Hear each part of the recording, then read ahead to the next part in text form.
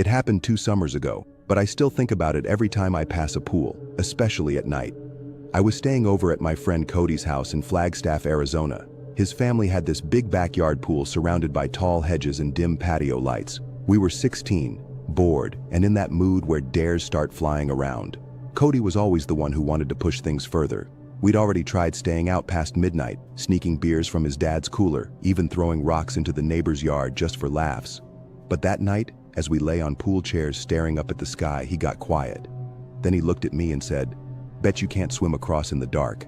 It was close to 1 a.m., and the pool looked like a black mirror under the stars.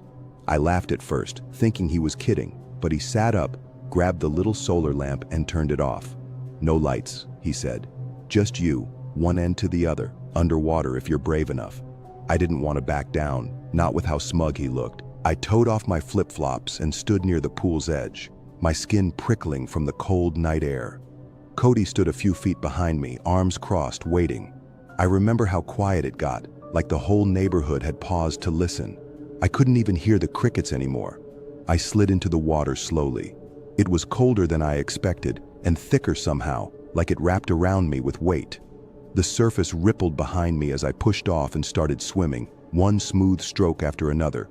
The pool was only about 30 feet long, but it felt like a lake at night. Halfway across, something changed. I couldn't explain it at first. It wasn't a noise or a touch. It was a feeling like I wasn't alone in the water anymore. I stopped, treading in place, trying to shake off the sensation, and that's when I heard the splash behind me. I spun around instantly, my breath catching. The water behind me looked undisturbed at first, but I knew I'd heard it. A soft splash. Not like a drip, but like something or someone had entered the pool. My first thought was, Cody had jumped in to mess with me. But when I looked toward the edge where he'd been standing, I couldn't see anyone. Just shadows in the faint outline of the lawn chairs. "Cody?" I called out, but it came out more like a whisper than a shout. No answer, just the sound of water slowly lapping behind me. I started swimming faster, the kind of fast that doesn't feel brave, more like panic disguised as movement. The water didn't feel the same anymore. It was heavier, almost clinging to me, like it didn't want me to leave. I didn't look behind me again until I reached the other side. I gripped the concrete edge, my chest heaving, and turned my head slowly. Nothing. The pool was smooth again, only ripples from my swim remained. But that didn't make sense. There should have been at least one wave from Cody if he'd jumped in after me. I climbed out and stood dripping on the patio, trying to catch my breath. The yard looked darker now, like the night had deepened while I was underwater. I looked over to the other end where Cody had been standing, but the chair was empty. I didn't see him anywhere. I called his name louder this time, scanning the hedges and the side gate. Still nothing. My stomach started to tighten in that way it does when something's off. Not scary yet, just wrong. I walked toward the house, thinking maybe he'd gone inside without telling me. The back door was still locked. The kitchen lights were off. I knocked and then tried the handle again, but it hadn't budged. We didn't bring our phones outside, so I couldn't call him. That's when I noticed something weird in the water. A shape, barely visible, just hovering in the middle of the pool. It wasn't big, just slightly darker than the rest of the water, like someone floating face down or maybe crouching just below the surface. I stepped closer, squinting, trying to focus. The shape wasn't moving at all. I told myself it was just a shadow. Then it began to sink. I crouched near the edge, unsure if I should call out or grab something to throw in. It sank slow, like it wanted me to keep watching, and I did, frozen in place, until the water was clear again. I felt a chill crawl up my spine, and I took a step back. Behind me I heard the pool gate creak. It was subtle, but the kind of sound that doesn't happen unless someone touches it. I whipped around. Nothing. Just the gate swinging slightly in the breeze, though I don't remember any wind that night. I turned back to the pool, and the shape was there again. Only this time, it was closer to the edge, like it had risen up while I was looking away. It hovered there, barely below the surface, perfectly still. I didn't move. I didn't even breathe. I backed away slowly, not turning my back to the pool. My foot bumped one of the lawn chairs and startled me so bad I nearly fell. I kept my eyes locked on the shape in the water, but it didn't move. It just stayed there, like it was waiting for something. I finally shouted Cody's name again, loud this time, but my voice cracked mid-scream. Still no response. The backyard felt completely cut off from the rest of the world. No traffic, no wind, no bugs, just the quiet ripple of water behind me. I stepped toward the gate, planning to jump the fence if I had to, when I heard it again. The splash. Not like before. This one was heavy, deliberate, like someone, or something, launching out of the deep end. I turned back and saw the surface of the pool rippling hard. Nothing had climbed out. The water was moving, but the deck was empty. And yet I still felt watched, like eyes were pressing on my back. I took another step toward the gate, this time not bothering to look back. I just wanted to get out of that yard. As I reached for the latch, I heard a voice behind me, wet, muffled, and not Cody's. It sounded like it came from underwater, but somehow right beside my ear. "Don't leave yet." I froze. I didn't want to turn around, but my body did it on its own. There was something now, standing at the edge of the pool. A figure, dripping, silent, still. The face wasn't clear, but it looked too long, too smooth, like it hadn't blinked in years. It just stared at me, water trailing down its frame in steady lines. I blinked, and it was gone. No splash, no movement, just gone. But the surface of the water still trembled like it had just left. I didn't wait this time. I ran. I don't remember unlatching the gate. I don't remember climbing the fence. I just remember hitting the street barefoot. Cody showed up the next morning at school like nothing happened. Said he went inside to use the bathroom, thought I'd followed him in. He never saw anything. Said maybe I was overtired. I wanted to believe that too. I really did. But here's the part I've never told anyone. When I got home, I took off my hoodie and found a wet handprint on the back. A long, narrow hand with fingers that reached too far across my spine. It didn't match Cody's. It didn't match mine. I haven't gone near a pool since. Even in daylight, they make my skin crawl. I don't care what people say. Some things live in water that aren't fish or snakes or anything we can name. Some things just wait, and sometimes they follow you home. If you enjoyed this story, be sure to like, share, and subscribe.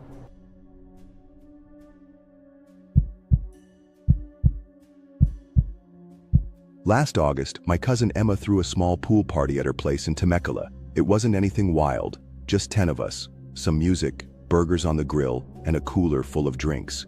We all knew each other from school or the neighborhood. It was one of those late summer nights that felt too perfect to ruin. Her backyard was boxed in by a wooden fence and lined with string lights, giving everything a warm, lazy glow. The pool itself wasn't huge, but deep enough to cannonball into and still feel the splash. I remember floating there with my arms out, thinking how good life felt in that moment. No stress, no noise, just water, friends, and laughter. It was around 9:30 when I first noticed her. She was standing near the pool ladder with wet hair slicked back and a quiet look on her face. I assumed she was someone's plus one, but something about her didn't fit. She wasn't mingling. She wasn't smiling. She just stood there watching. I glanced at Emma, hoping she'd give me a clue. She was mid-laugh with her boyfriend, oblivious. Nobody seemed to notice the girl. I swam a bit closer to the edge and asked, "Hey, you good?" She didn't respond, just turned and slowly walked toward the far corner of the yard. It was strange, but I didn't want to be rude. I figured maybe she had a fight with someone or just wasn't feeling social. A few minutes later, I saw her again, this time sitting at the edge of the pool with her feet in the water. She was staring straight ahead, not at anyone. One of my friends, Kyle, finally noticed her too. "Who's that?" he asked, leaning over to me in the pool. I shrugged. "No idea. Thought she came with someone else." He looked over the group, then back at her. "I don't think she belongs here." His words hit harder than I expected. We decided to casually ask around. Nothing dramatic, just in passing. But as we made the rounds, no one could say who she was, not even Emma, who frowned and said, "I thought she came with Taylor." But Taylor hadn't brought anyone. "I figured she was your friend," he said. When we turned back toward the pool, she was gone. Not like she left through the gate or went into the house, just gone. No towel, no bag, no footprints on the patio. We scanned the whole yard, even called out to her, but it was like she vanished. Emma was rattled but tried to brush it off. "Maybe she just ducked out," she said, forcing a laugh that didn't reach her eyes. Still, she went inside to check the front and side gates. Locked. No one had heard them open, and nothing had triggered the motion light near the back steps. Kyle and I stayed near the pool, scanning the water like we expected her to resurface. "You saw her too, right?" he asked, like he needed confirmation. I nodded. Clear as day, she was soaked head to toe. I paused. "But I never saw her actually get in the pool," he frowned. "Me neither." That settled in between us like a cold draft. Emma came back out with a flashlight and did a quick sweep of the hedge line, but no one was there. "I'm not crazy, right?" she asked. "You all saw her?" Everyone nodded. That made it worse somehow. Someone made a joke to lighten the mood, and the group slowly began to relax again. Music went back on, drinks passed around, but I couldn't shake that weird tightness in my chest, like I was still being watched. I sat on the edge of the pool, feet dangling in. That's when I noticed something floating near the drain, a small, pale object drifting just under the surface. I leaned in and squinted. It looked like fabric. I reached with the net and pulled it closer. It was a torn piece of white lace, damp and stretched thin. Emma came over, her voice suddenly sharp. "What is that?" I handed it to her, and she stared at it like it triggered something. "I've seen this before," she muttered. "I swear I've seen this." The others crowded around, but no one recognized it. Emma just kept staring. We chalked it up to a weird coincidence and tried to salvage the night. Around 11 o'clock, most people began heading home. Kyle stayed behind to help clean up, and I offered to grab the floaties out of the pool. I was halfway across when I heard splashing again. It wasn't just a splash. It was steady, like someone treading water right behind me. I turned fast, nearly slipping on the edge. Nothing. The water calmed instantly, too fast, like it hadn't moved at all. My heart pounded, but I forced a laugh. "Guess I'm just jumpy." Kyle looked over. "You okay?" I nodded, but I didn't feel okay. As I started reeling in the floating toys, I noticed something near the deep end. Bubbles, rising slow, like someone was exhaling beneath the surface, and then I heard it. Soft, quiet, like a girl humming.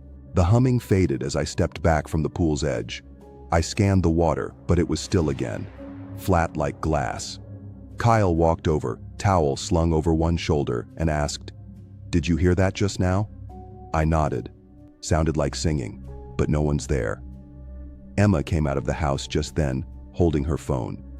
"Okay, you guys need to see this," she said. Her voice was tight. I went through my old photos from last summer. She showed us a picture taken in the backyard, and there she was, the same girl standing near the pool. She wasn't looking at the camera. She was staring at Emma in the photo. Same wet hair, same expression, same position by the ladder. Only thing is, Emma swore she didn't see her that night. "I posted this and never noticed her until now," she whispered. "Who the hell is she?" The three of us sat down trying to process it. She didn't talk, didn't smile, just watched, I muttered. Emma suddenly asked, "What was she wearing?" I paused. "White lace, like a torn dress or slip or something." Her eyes widened. "That's what she wore in the picture too." Kyle slowly said what we were all thinking. "She's been here before." That silence afterward was heavy. We stood again and looked at the pool, still, blue, empty. But something didn't feel right anymore. Like the yard itself had shifted, like it no longer belonged to us. Emma turned to go back inside. The motion light flickered once, then stayed off. I waited, expecting her to call out, but she didn't. Kyle and I followed, stepping into the kitchen. The back door creaked as we entered. The light above the sink buzzed softly. We found Emma standing at the sink, completely still. Her hands gripped the counter tightly. She didn't turn around when we called her name. "She's here," she said quietly. She never left. Kyle moved to her side and tried to look her in the face. That's when we heard the splash. Not outside, inside. We turned toward the hall and saw wet footprints on the hardwood leading toward the guest bathroom. Long, narrow prints like bare feet dragging behind slowly. I felt every hair on my neck lift as we followed them. The air smelled like chlorine. The bathroom door creaked open by itself. Inside, the lights were off, but we could see the edge of the tub. Water had risen to the rim, and floating on the surface, another strip of that same white lace, only now it looked freshly torn. We never saw her again, not in person, but Emma started hearing humming near her shower. Kyle moved to Oregon 2 months later. Me? I haven't been back to that house since. Some people crash parties for fun. Others just want to be remembered.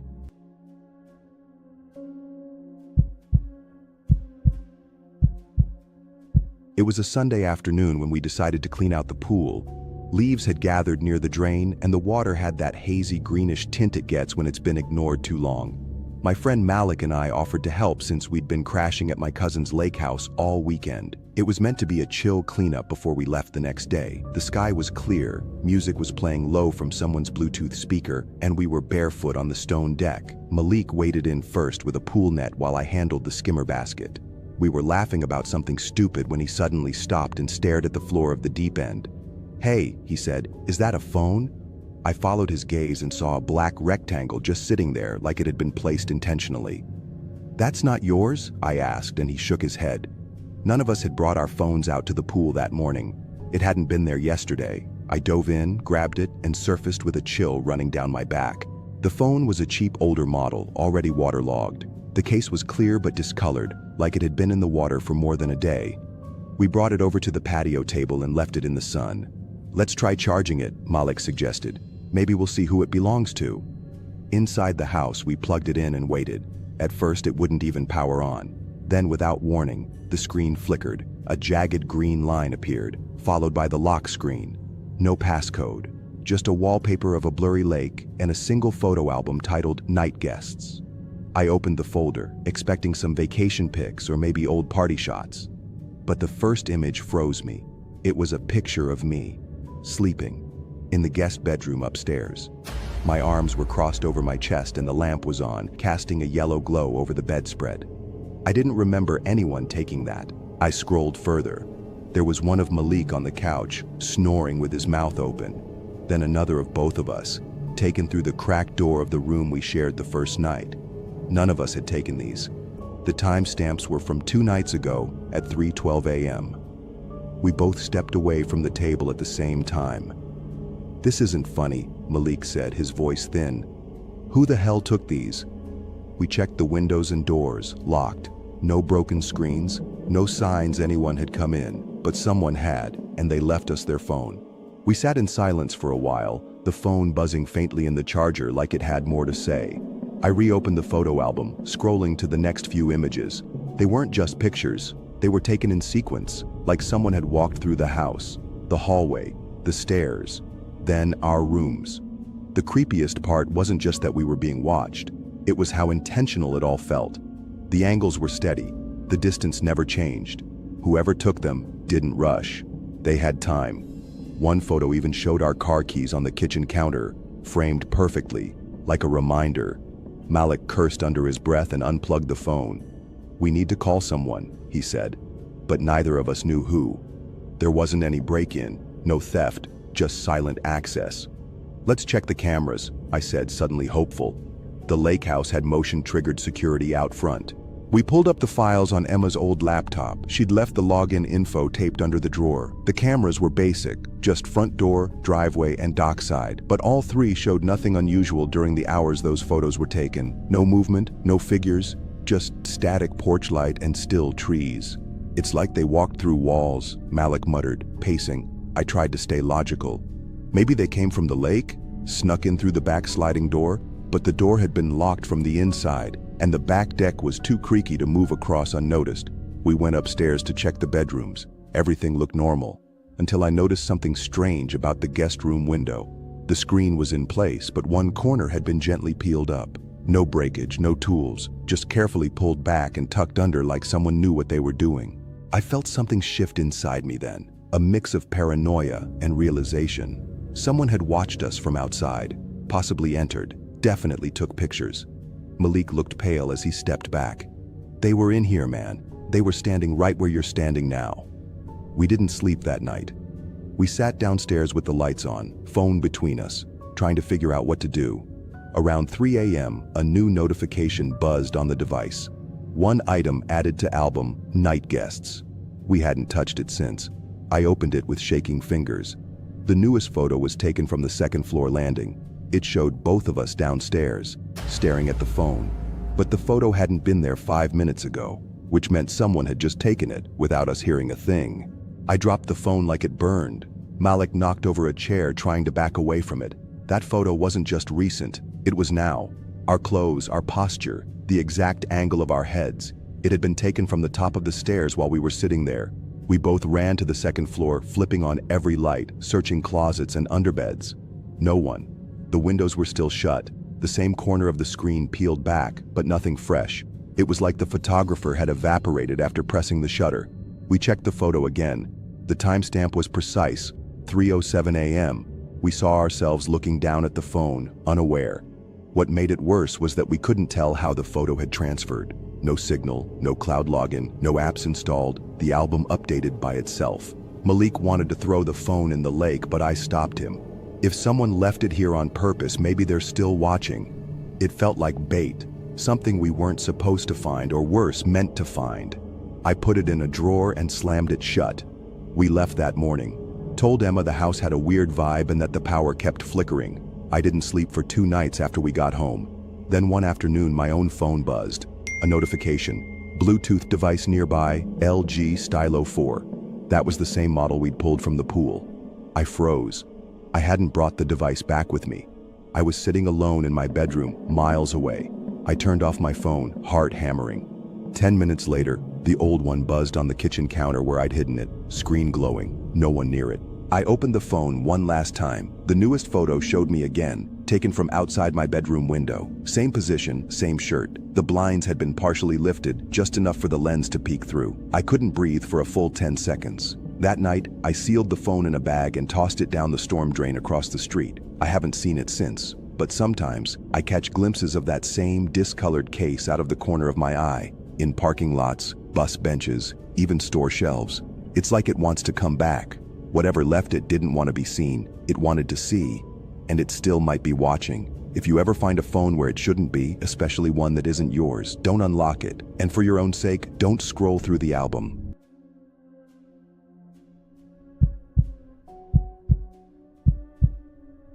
Last summer, I spent a long weekend at my friend Riley's place. His parents had gone out of town and he invited a small group of us to hang out by the pool. The vibe was laid back. Bare feet on concrete, soda cans everywhere, music low from a speaker someone left half submerged in a towel.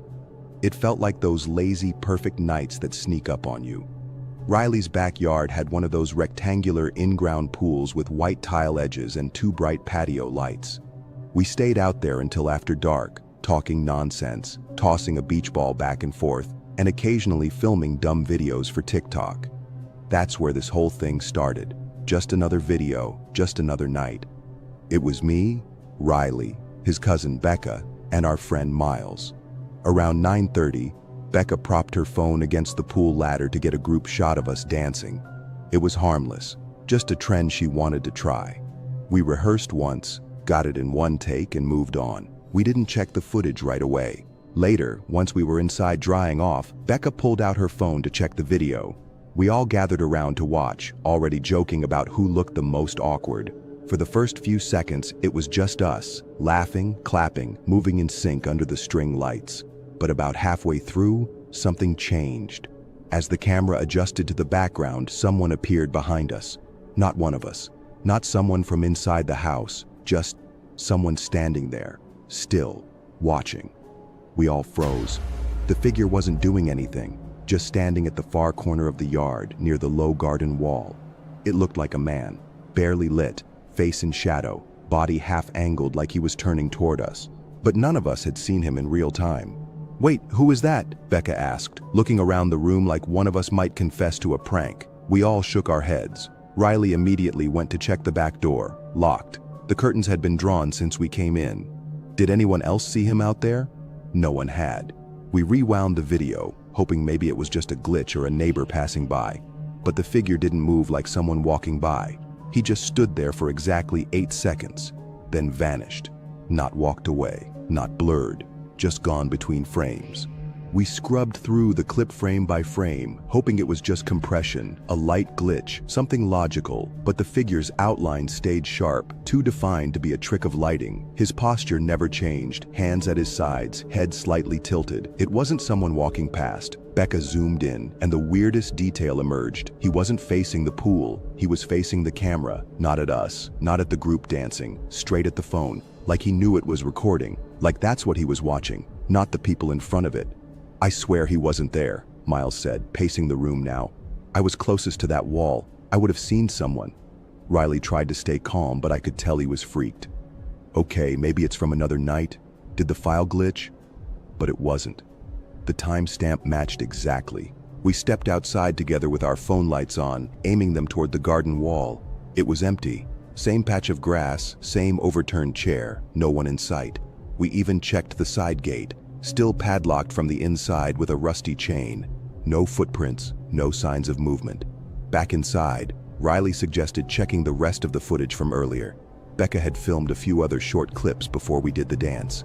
We scrolled through them fast, laughing, posing, making dumb faces. All normal, until one clip from earlier that afternoon stopped us cold. It was just a shot of the pool, filmed for a transition, but way in the back, under the trees, there was a shape. Not standing, sitting, the same outline, same size, cross-legged, almost casual, just far enough to be missed. But it had been there even before sunset. Becca dropped the phone onto the couch and backed away. "That's not possible," she whispered. "No one saw him, not once." Riley locked the front door even though it was still broad evening. Miles muttered, "He's been watching us since we got here." The strangest part, the figure never moved in any footage, just different spots, sitting, standing, always distant, always turned toward the lens. It felt like we were being recorded, not the other way around. Like every clip we made gave him another window to get closer. We deleted the videos, all of them, just to feel like we were taking control. But Becca's phone buzzed seconds later. A file had restored itself. Pool night final.mp4. None of us had named a video that, and none of us pressed undo. None of us wanted to open the restored video, but we also knew we had to. Becca sat the phone on the coffee table while the rest of us stood behind the couch. She tapped the file. It began playing, normal at first. The four of us dancing, same as before. Then, 5 seconds in, the camera glitched slightly. When it refocused, the figure was closer, not in the corner anymore. This time, just a few feet behind us, still unmoving, still watching. I felt the room shrink. None of us remembered anyone behind us during filming. Riley reached down and paused the video. "There's no way," he said. "That wall is 10 feet from the pool. We would have heard something, felt something." But the figure was in perfect focus now. You could make out the curve of his jaw, his lips slightly parted, eyes locked on the lens. Becca deleted the file again, holding her finger on the screen until it confirmed. Then she powered her phone completely off. "This isn't just creepy anymore," she said. "I think we need to leave." Riley didn't argue. Within minutes, we were packing up our stuff to go. Miles had been staying in the guest room, so he grabbed his bag from upstairs. He was gone longer than expected. When Riley called out to him, he didn't answer. A minute later, we found him standing in the hallway, phone in his hand, face pale. "There's a picture in my gallery," he said quietly. He turned his phone around. It was a photo of him sleeping, taken from the bedroom doorway. The angle was exact. The timestamp, 35 minutes earlier. While we were all downstairs watching the video, the lighting matched perfectly. Someone had been inside the house right behind us. We didn't stay another second. We drove to a gas station 2 towns over and sat there until the sun came up, phones off, windows up, still not speaking much. It wasn't just fear, it was confusion. How had he gotten that close without anyone noticing? I haven't seen any of them since that weekend. Riley moved with his parents a few months later. Becca deleted all her social media. Miles never answered my texts again. I still don't know who the man in the video was or how he showed up in the footage. But sometimes, when I film something now, anywhere, even on accident, I check the background. I look behind me, and I always wonder if someone's still there, waiting to be seen. Not by accident, on purpose.